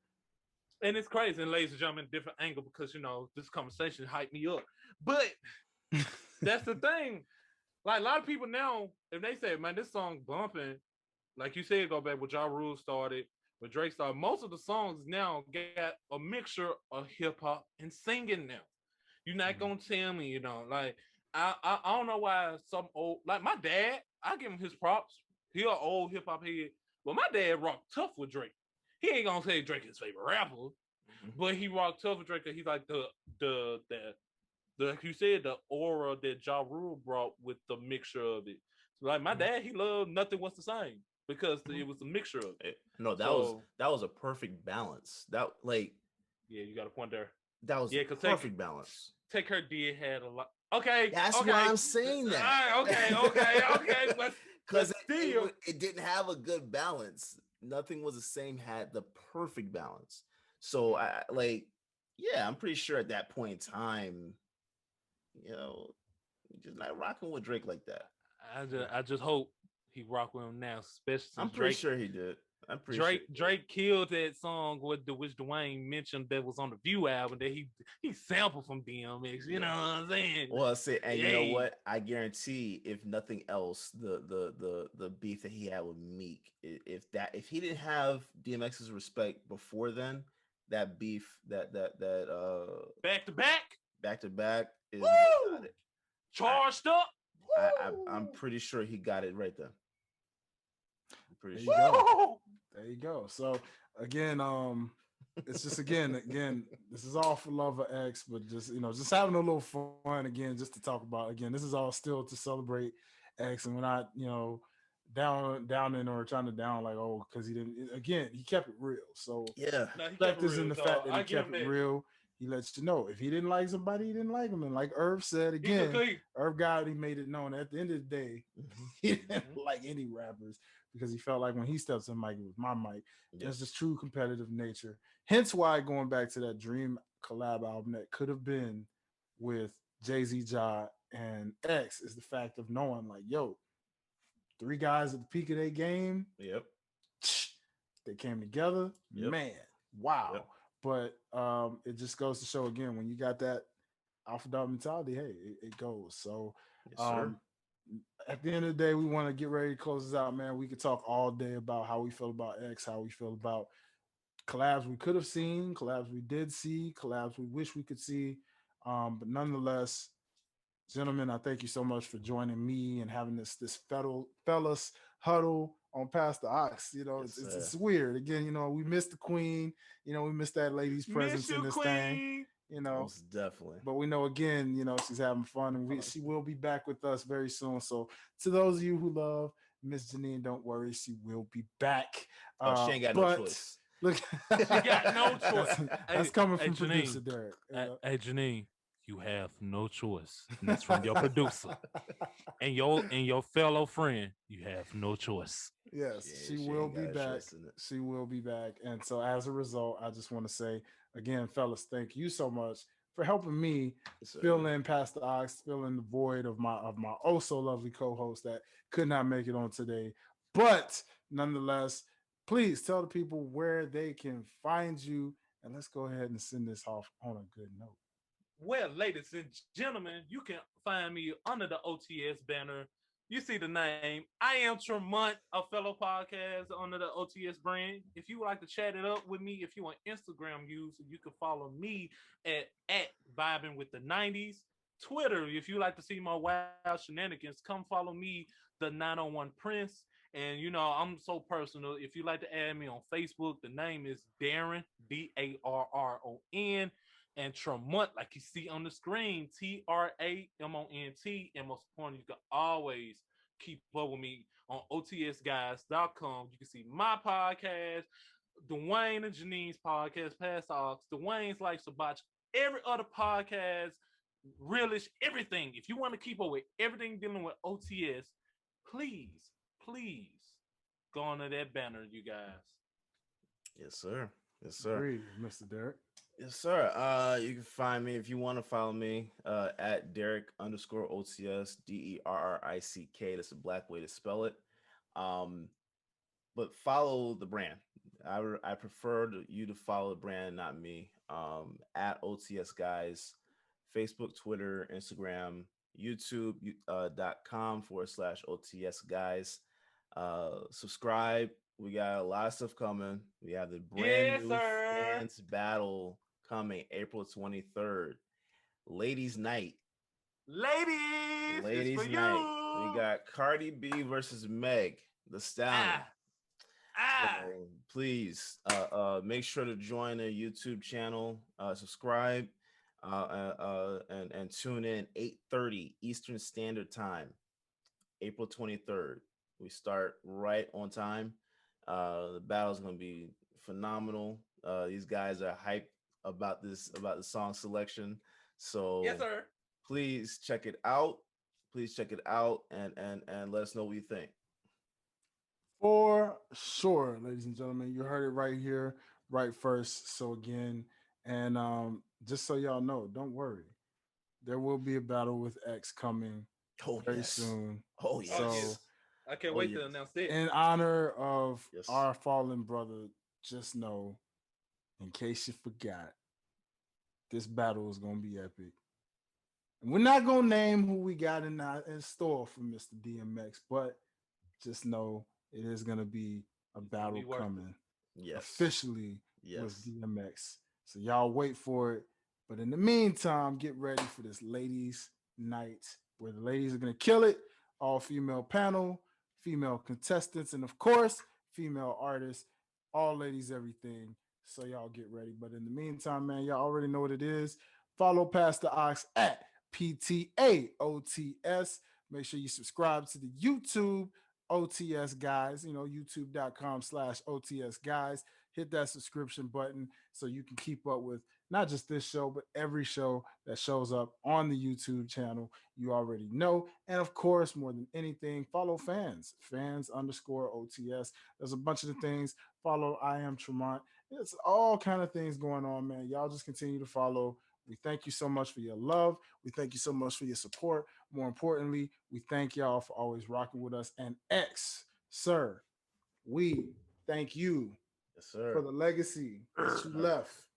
Yes, sir. Yes, the lives that you have touched over the years, the generations that you continue to inspire, even going forth for generations that may not have been around for you, but will listen to your music and get inspired from you. So we thank you, DMX. We thank you guys for listening. We hope you guys keep his spirit alive the way we will. And until the next time, this is Pass the Ox, and the Ox is officially passed to you. Peace.